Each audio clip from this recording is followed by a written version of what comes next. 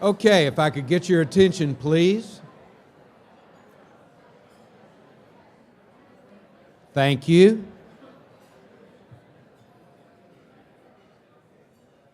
Thank you very much. We want to be mindful of your time and your schedules, so we do appreciate it again, everybody being here. I have the great honor to introduce Ross Ramsey, the executive editor and co-founder of Texas Tribune. He also continues to be the editor of the Texas Weekly. But before I bring Ross up here, I'd like Jennifer Houlihan to say a few words. Jennifer is with AMP.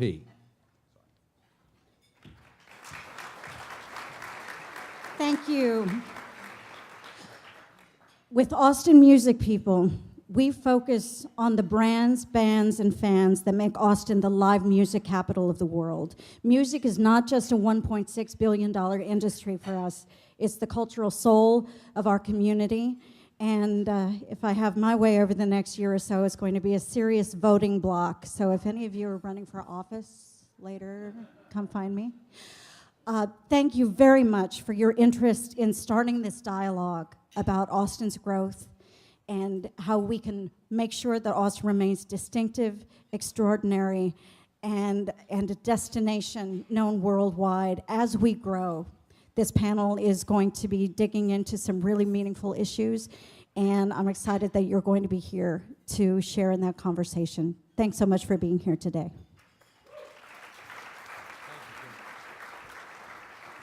So I apologize. I got so excited about introducing Ross and the rest of the panel that I didn't read the script.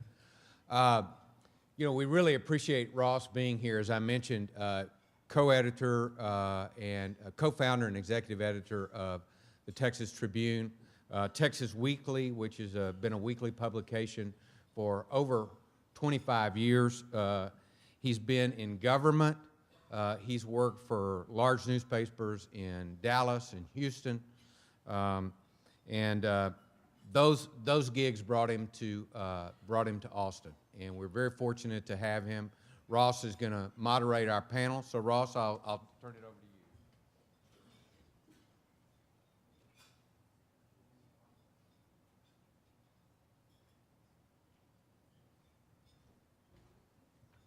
I'm going to introduce these guys while they settle in, bring my posse along, and let them carry the show from here on out. Thank you all very much for coming. Jack Mcdonald is the founder and CEO and chairman of Silverback Enterprise Group, founded in 2010 and backed by Austin Ventures, a $3.9 billion growth equity firm. Silverback acquires and builds industry-leading enterprise software companies. In the past 15 months, Silverback has completed 5 acquisitions, and its Upland Software subsidiary is today the largest cloud software company in the enterprise project and portfolio management market, with over 1,200 active enterprise customers and more than 300,000 active users in 50 countries. Jack's a serial entrepreneur and a winner of the Ernst & Young Entrepreneur of the Year Award. He's actively involved in the Austin civic and nonprofit communities and currently serves as chairman-elect of a group you may have heard of, the Greater Austin Chamber of Commerce. Chairman of People Fund, a community development loan fund for low-income entrepreneurs, and a member of the board of KIPP Austin Public Schools, a network of 7 nonprofit schools serving more than 2,000 students in East Austin. James Moody has become well known as a fixture in Austin's music scene thanks to his work to bring the Mohawk Bar, Fun Fest, and Transmission Entertainment to life.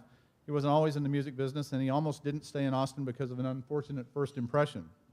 He is 37. He was lured to Austin in 1999 by the city's music reputation, which we'll talk about, and nothing else. 6 years into that, he traded his suit for a beard, cashed in his 401k, and bought a bar. Sounds like a reasonable idea at that time. It was the biggest risk he's ever taken, especially since he knew nothing about the bar business. He said he still doesn't have the hang of it and is not making him rich because profits go back into Mohawk to make it better. It seems to be working. Mohawk has twice been named the best live music venue in Austin.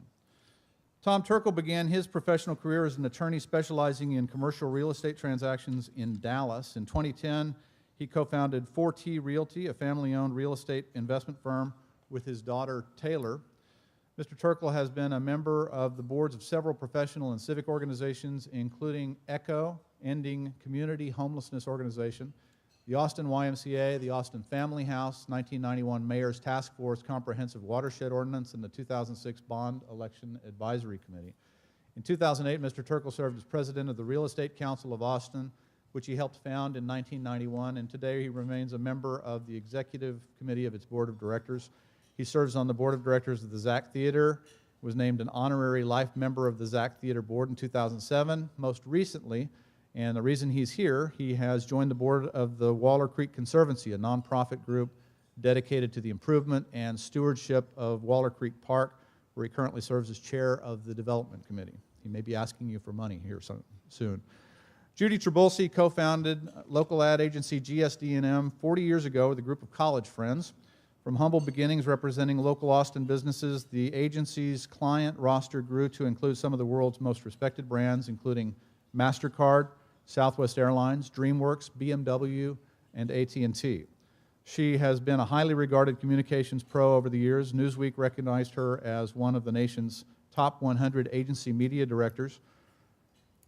Advertising Age named her as one of a handful of media mavens. She received the Outstanding Service Award from the College of Communications at UT, and in 2007, the Austin Advertising Federation honored Judy with its Lifetime Achievement Award.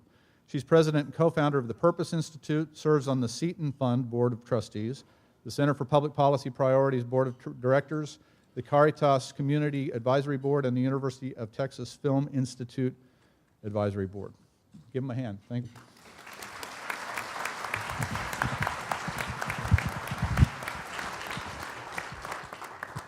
I'm going to sit down whenever I get an opportunity to. I want to start with Judy and talk about, just get us started here with this idea of what is Austin as a brand and what is it that we're talking about trying to protect here. Could you jump into that? Sure. Well, I'll share with you what Forbes just put out 3 days ago. If you haven't seen the Forbes magazine, that calls it the Texas capital of cool, the national epicenter of aspiration, and their last description was Oz, not like in The Doctor, but the wizard.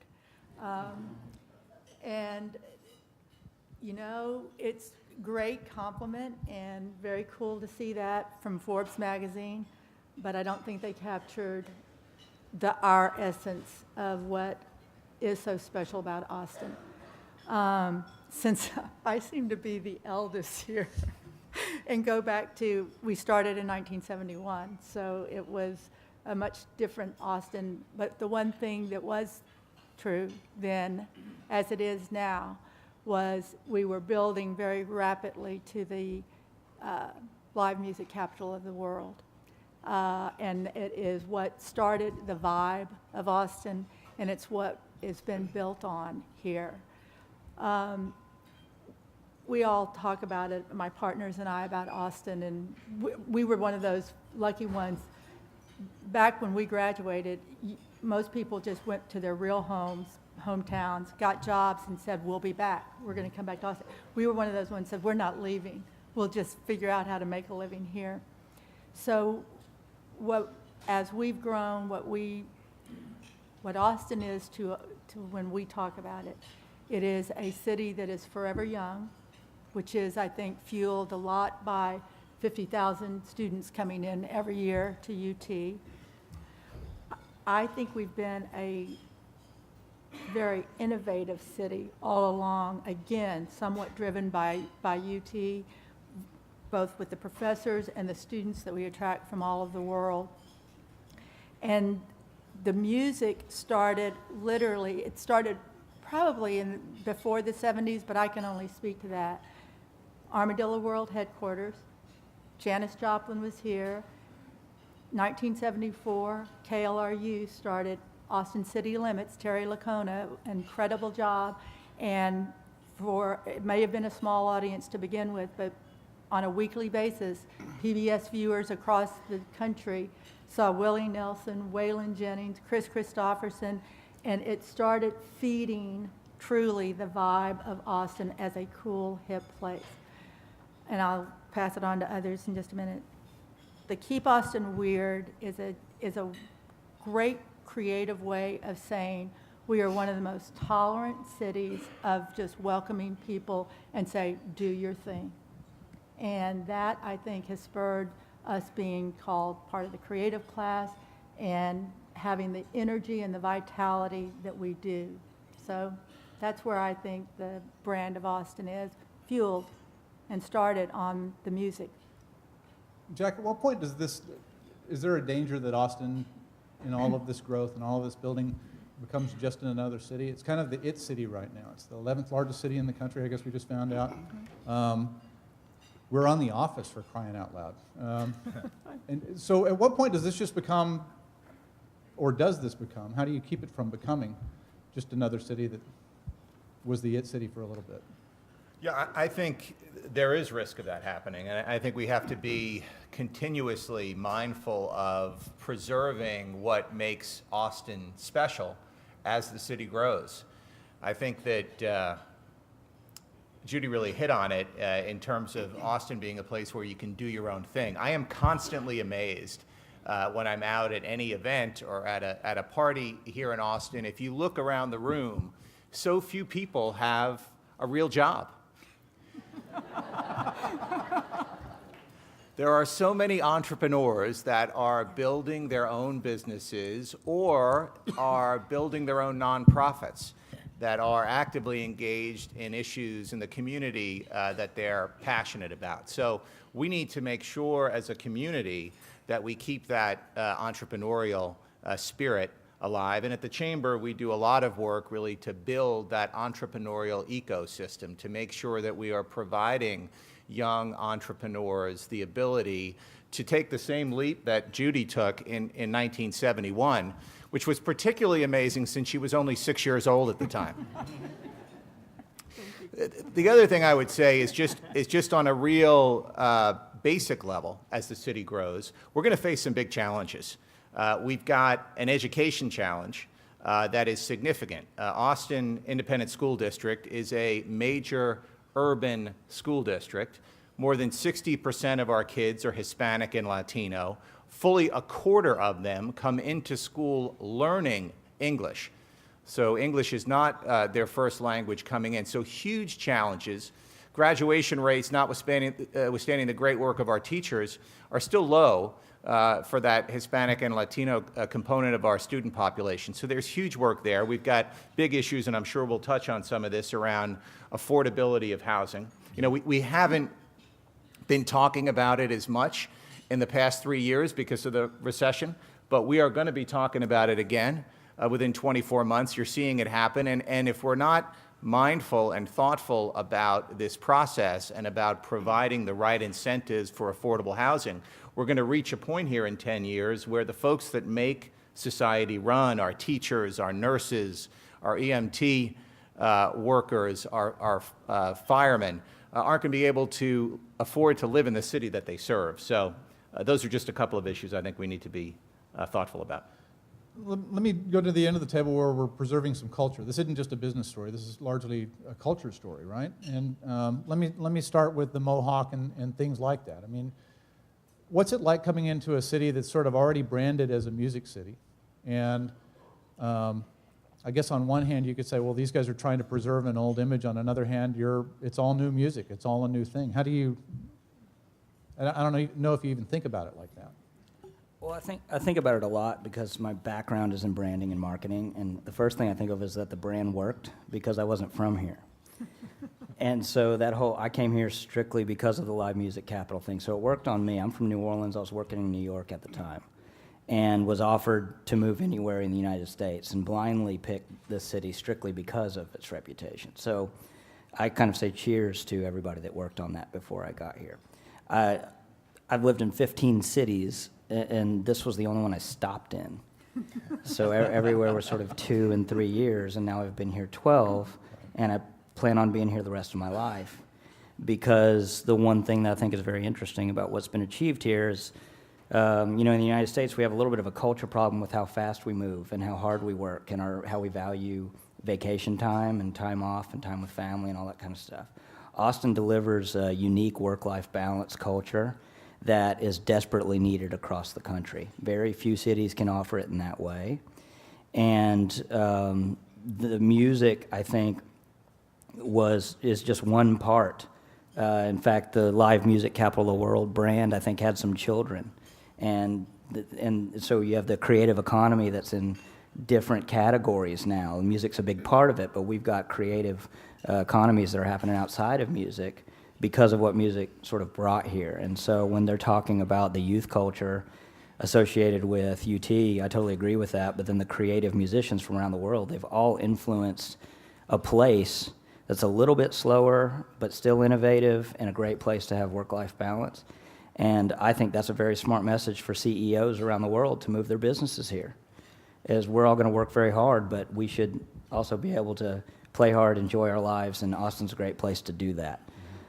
So that's my gut feeling on how to answer that question on brand, because I feel like that's the reason one of the main reasons to be here. That leads nicely to Tom, who's done a lot of work around kind of cultural infrastructure. The Zach Theater, the work you're doing on Waller Creek. Talk about why that's important and what it is you're trying to do in a bigger scheme.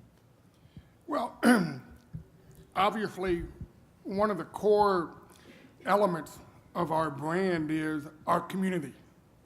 In fact, our community is our brand. And our community has, I think, a great deal of commonality about shared values. Judy touched on this earlier. Tolerance is at the very top of that list. But it also includes a yearning for diversity, a yearning for creativity. The live-work balance that James just alluded to is very important to people who choose to live here. We all have friends who come to visit from Dallas or Houston and say, you really want to eat food from a trailer? Where do we sit? And then they go home and they never think about moving here. And that's okay, because they don't share the values that we share. I don't get it. But then we have other friends that go, God, this is the coolest thing I've ever seen. Can we do this tomorrow too? And those are the people for whom Austin sticks. And so cultural activities and places are a manifestation of those values. And so we value music, obviously. It's one of the core elements of our social life and our creative outlets. Theater is also. Ballet, we have one of the greatest ballets in the country, most creative, most innovative. I like to think the theater that Dave Stakely is producing at Zach is of a similar quality. What we're going to do at Waller Creek is going to be of similar quality. It's one of the most ambitious and exciting projects that the city has ever undertaken. What's so cool about it, though, is that it embraces all of the values that we share. It will be a diverse group of places along the continuum of Waller Creek. It will be inclusive and tolerant. It will have different spaces that will appeal to different people. It will respect and honor the businesses and activities around it, to include them and welcome them to be a part of and benefit from the transformation that's going to happen in Waller Creek. And to the extent that you don't know much about it, I invite you to learn, and we're going to do a great deal of outreach to help you learn about what's going on there, because it's going to be very exciting. This is and isn't the city that it was 10 or 20 or 30 years ago. Everybody talks about the Austin that they moved to, and everything after that was a disaster, and it doesn't matter when you moved here. But I'm curious to what extent these things are in competition. This is obviously becoming a really big city. It's becoming a business center of a kind. It's a cultural center of a kind. Do these things compete with each other, or are these things compatible? And anybody can jump into that. And to what extent do we have to be careful that they don't compete with each other? I tend to think it's compatible because Austin's DNA is so strong. You know what you're getting when you move here. And part of that is joining the community. I think that what you do is people who move in are moving here, one, because they've heard all about Austin, they've loved what they've seen so far, and when they actually get here, move their families here, they then fall deeply in love and don't want to do anything to screw it up. And whether it's the large companies that, see it, they're recruiting people who live around here and know that they can. It's a lot easier to recruit to Austin than say even probably Dallas, depending on what you're interested in. But I think that there's almost this awe when you get here and say, we don't want to be the ones that screw this up, because it's great. And so there's a lot of adapting, I think, that if they had I think Austin created casual Fridays, if not casual Monday through Fridays. No one recognized me when I walked into the office today because I had a nice dress on, okay? And I think it's probably been since the 70s since I've been to a chamber meeting, but sorry. No, only because we have all of our clients out of town, I promise. We joined early and all that. 1972, one of our first checks we wrote was to the chamber. But I do think that we have a culture that, like in any strong company culture, it will eject those that don't fit. And the people who don't fit know it pretty soon. So at this point, I'm not worried that we've watched big companies come in, and then we've watched people like Facebook and Google come in. And they're coming here not to change us, but because they want to be at this hotbed of creativity and innovation. We were innovative way before we got iconic with, the others. So I just... At this point in time, I worry less about it now because people know what they're getting when they move here, and they want it. They want to be here. They don't want to come change us, I don't think. Y'all might have different. What are the threats to it? You touched on this a little bit, Jack. Traffic, noise, all these marathons. Festival. I think we could touch on a bunch of individual issues that are all important and all potential threats. Personally, I think the biggest threat would be our failure to come together as a community and talk about where we want Austin to be in 20 or 25 years. Mm-hmm. We've got so many smart people working so many important issues, and we're lucky as a city, I think, to have pretty good political and government leadership here.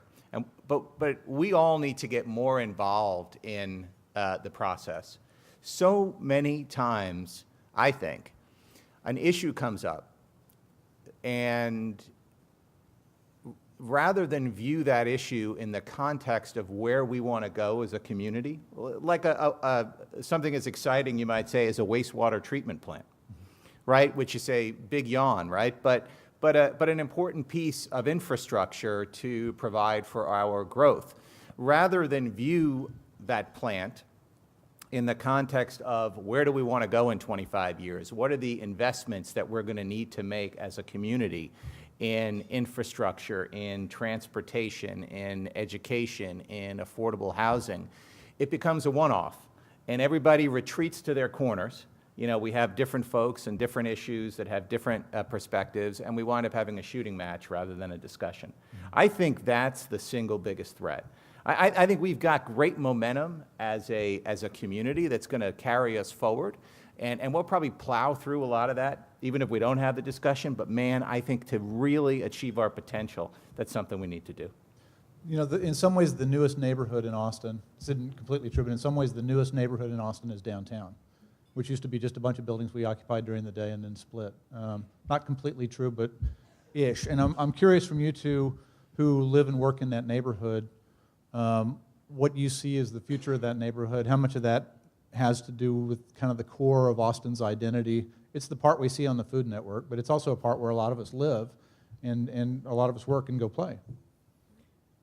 I mean, personally, I prefer the evolution. The activity on the streets now, because people are living downtown, it's much more vibrant during the day. And, when you travel the world and you see these great cities with this great active urban atmosphere, you always wanted that for Austin. And when I first came here, it wasn't like that downtown. And now, people getting the paper and walking their dog and getting coffee says something about downtown being a place to do business and to live.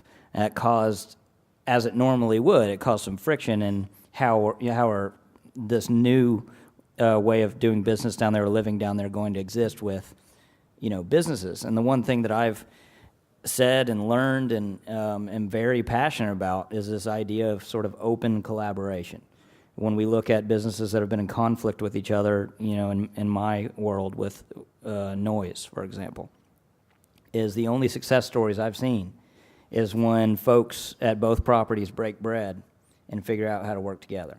And when it's folks not talking and showing up to council, I've never seen anything good happen from that. But in our particular situation, sitting down with Graystar Properties that built the Red River Flats as they're coming up out of the ground and talking about ways to adjust the budget with double painting windows in the bedrooms, ways to talk about what the property is to new tenants and allowing them outs on their lease simply because they're moving into the heart and soul of the live music capital of the world. It's become one of their number one properties in their entire portfolio. But because we made those adjustments, it's got to be loud to live there. Stubbs is hitting one side, Mohawk is hitting the other. But the demographic changed because they changed their marketing and their messaging, and the folks that live there appreciate the context. And so I think what y'all are saying about understanding, thinking of the city and Austin like a brand and saying what are our mission, vision, and values, and passing the red face test anytime we make a big decision, does this fit within our mission, vision, and values? Those are the kinds of things that I think really will work well for us, because I've always considered Austin to be something old, something new, something borrowed, something blue. We've got to have them all to sort of be, what we want to be in 20 years. Mm-hmm. And so I'm optimistic, and I think you guys are exactly right about sort of defining and staying on brand, whatever that is. I would just add to that that I think we need to be cognizant that downtown is not for everybody. And I wonder sometimes whether we become a little downtown-centric in our public discourse, because one of the great things I think about Austin is that it offers great alternatives for everybody, every kind of person who wants to live here. And we have old urban neighborhoods, we have new suburban neighborhoods, we have all kinds of choices in between. They're all equally valuable and important to a community of 1,300,000-400,000 people and growing, and we ought to welcome and embrace and celebrate each component of that spectrum. This might catch you a little flat-footed, but if you could do a couple of things to Austin, add 6 lanes to Mopac, subtract 4 lanes from Mopac, whatever it is, whether it's roads or apartments or bridges or parks or whatever it is. I'll start with you, Tom. If you could do a couple of things to Austin that would ensure the city's success over the next 30 years, what would you do?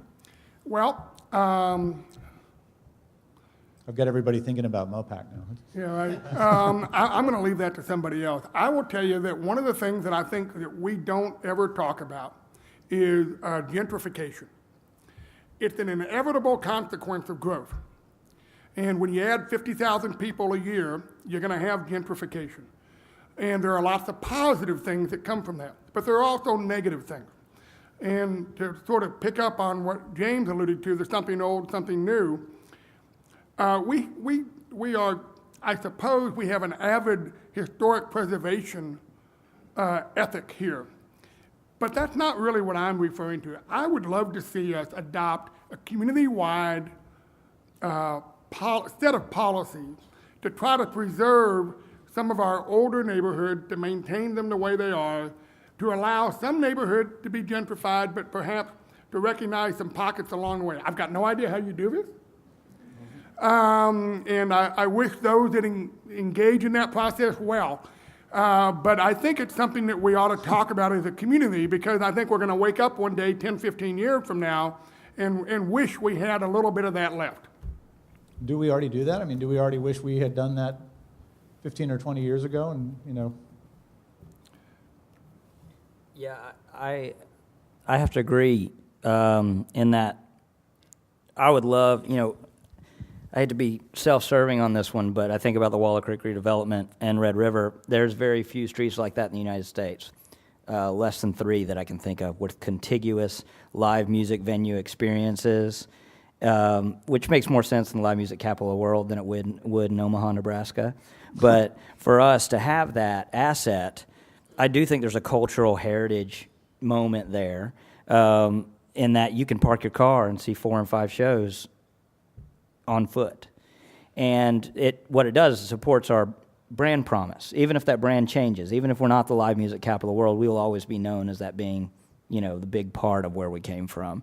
And preserving areas like that is very interesting to me. The stuff that's happening in East Austin right now is very interesting too, because you don't see a single Starbucks over there. These are all Austin ideas from bootstrapping young Austin entrepreneurs, and it feels right.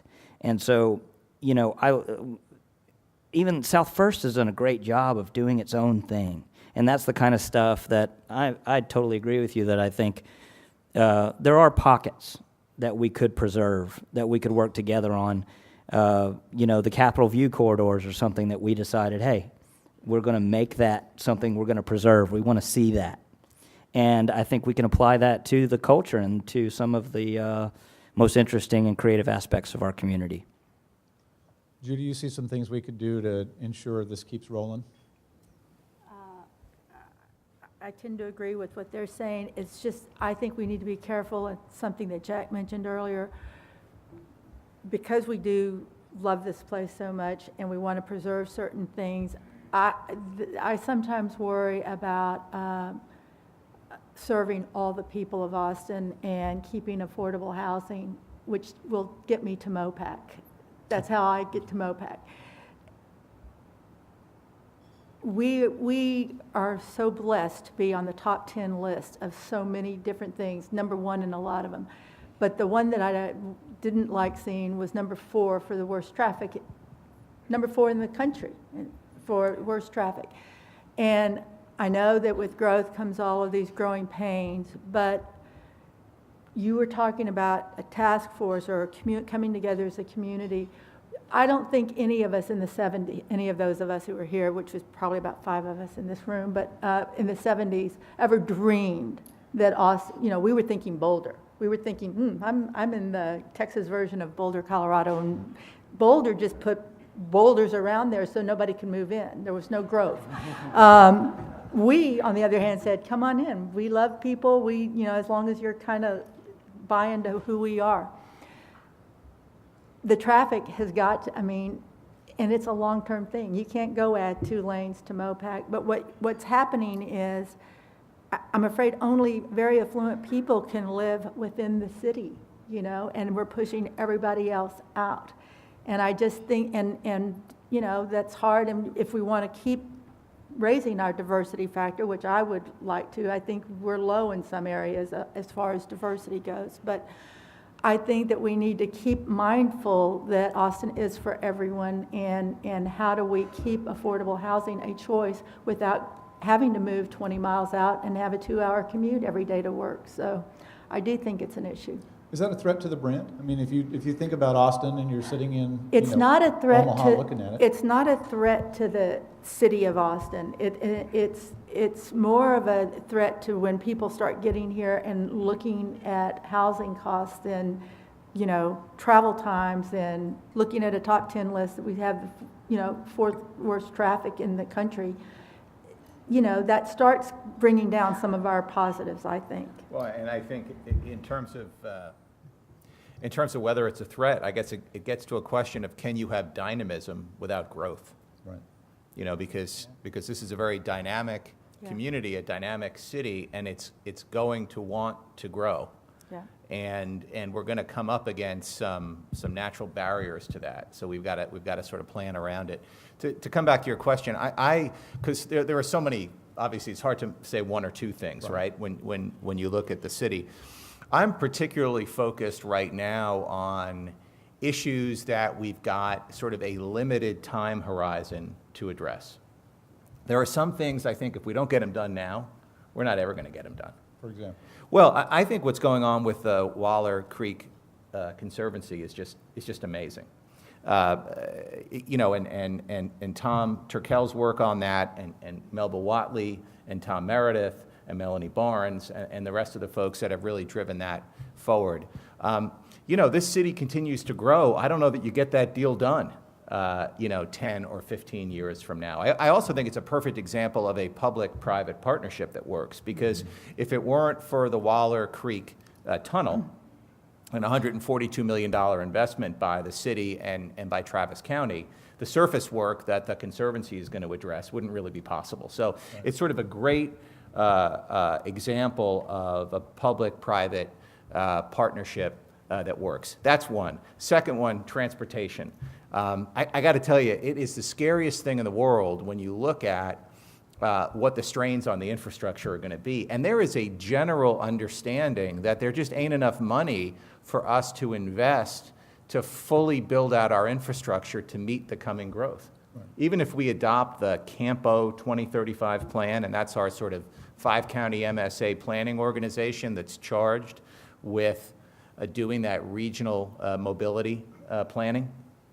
And I got to tell you, it's almost like it's incredibly scary when you sit there and you listen to these presentations, because even if we were to start today, even if we had all the money today to do the road work that needs to be done, to do the rail work that needs to be done, these are projects that are going to take 35 or 40 years to get done in full. So it's an investment that we need to start making now on behalf of our kids and their kids. And that's just sort of a, wow, that to me was sort of just a knock in the head that it's such a long-term planning. So I think hitting those investments that we've got to make now before it's too late, I think is something I think about a lot. Okay. I want to throw this open for questions. We don't have a mic running around, so you have to use your outside voice. But if anybody has a question, just stick your hand up, and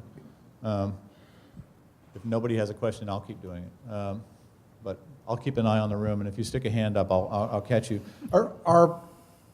I guess I'm curious if Austin's growing, if Austin's dynamic, and it's obviously not the city it was for better or for worse 10 years ago or 20 years ago or 30 years ago, is whatever makes this city cool still going on? And do you see it still going on, or do you see it generally in an optimistic way or in a pessimistic way? Tom, you want to start with that? Well, I kind of want to challenge the premise that the change in the physical structure changes the city itself. I think the city is the aggregate of the people who live here. And the people that are moving here are people like us that get it, that want to be here. They choose to come. They have choices. And they could live in Los Angeles or Dallas or somewhere else, but they choose to come to Austin. They embrace our values. And so while the physical landscape changes, and we need to be mindful of that, because I know I just said a couple of minutes ago we need to worry about gentrification. The brand in the future, I think, is nothing but optimistic, because we keep attracting the same kind of people who want to be part of a community that's tolerant, diverse, innovative, creative, active. And as long as that continues, we're going to be an awesome place to be. Do you see the James Moody's of the future still coming here? Me? Yeah. Yeah, I was asking you, yeah. I mean, is this still the kind of city that attracted you? Is this the kind of city that you still feel that vibe? I think it is. I mean, for sort of, loose use of the word cool, I think we're going to be on fire for the next 5 years. The events business in Austin is a whole new world. And one interesting dynamic that's happening is we were never really challenged by a whole hell of a lot of outside competition. And I'm not talking about chains. I'm talking about creative people that live in Brooklyn that are coming to Austin and opening up their own shop that's pretty dang cool. And then that makes the Austin shop then innovate and then try to compete. Right. There's a lot of that happening, which I think is really healthy for the culture. The outside moving in is not always good. We know that. I like the pressure, the friction that we put on ourselves by talking about Dallas conversationally and not becoming that, because it just kind of makes a general statement about what we don't want to be. But there are creative people around the world, internationally, that are moving here and challenging us. And look no further than our food renaissance is happening right now.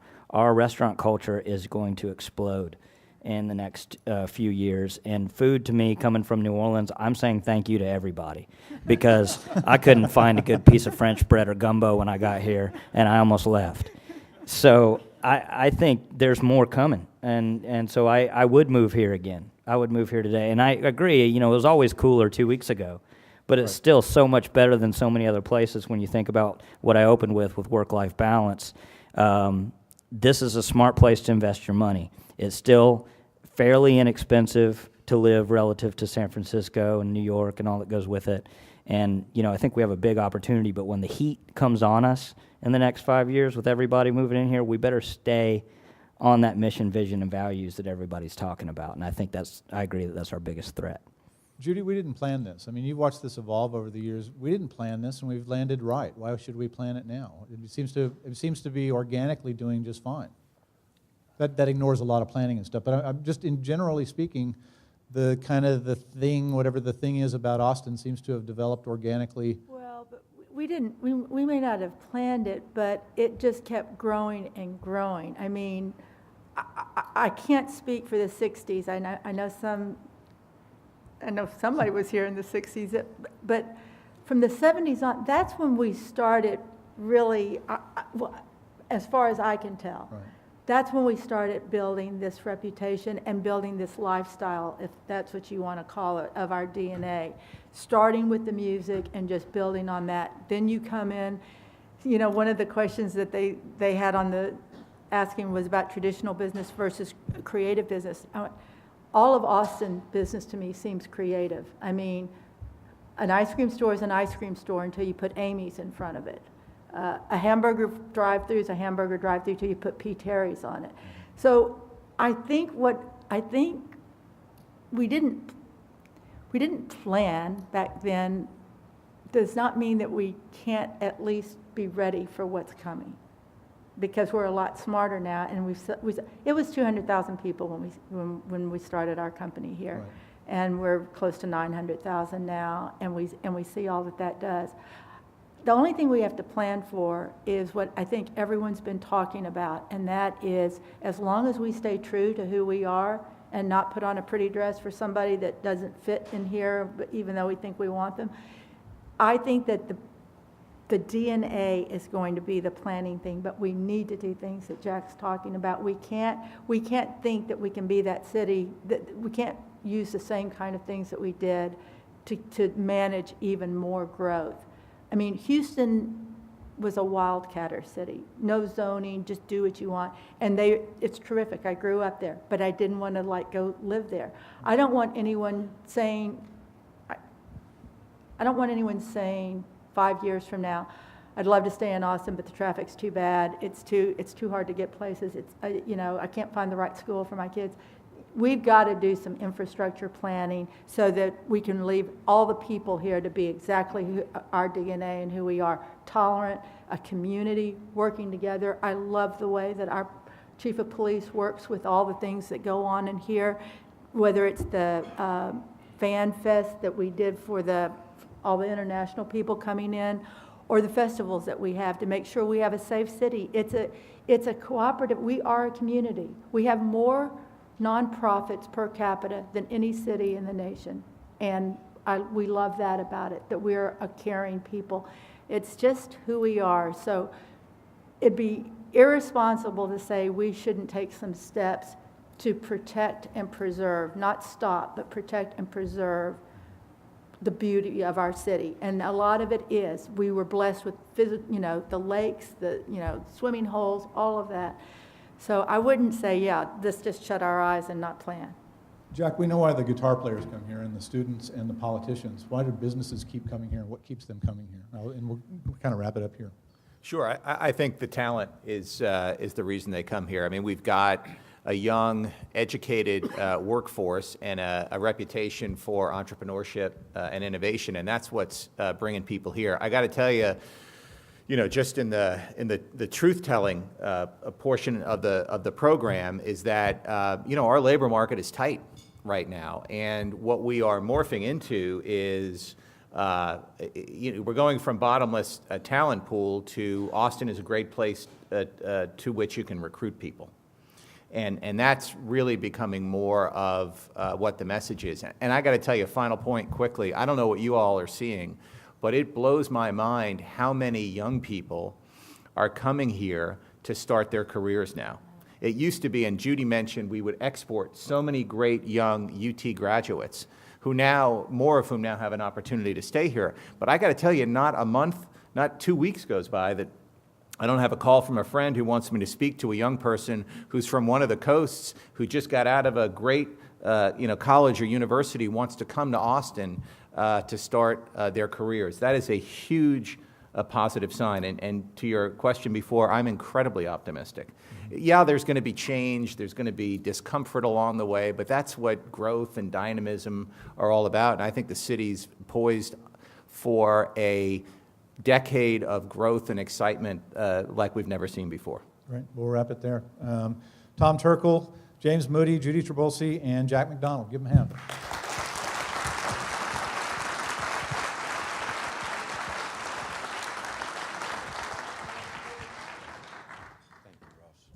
Thank you. Great. So where but Austin, Texas, could we corral talent like this and get them to speak to a group? Again, thank y'all very much. Very, very exciting, very entertaining. My script says I'm supposed to thank the sponsors again, so I will do that. Thank our pivotal partners, thank our foundation partners, and then thank all of the sponsors of the Greater Austin Chamber of Commerce. I would also bring to your attention the 2013 Greater Austin Business Award. It's all online. We would encourage you to go and look and nominate a great company. So with that, I hope you have a safe afternoon, a wonderful weekend. Enjoy that work-life balance that James talked about.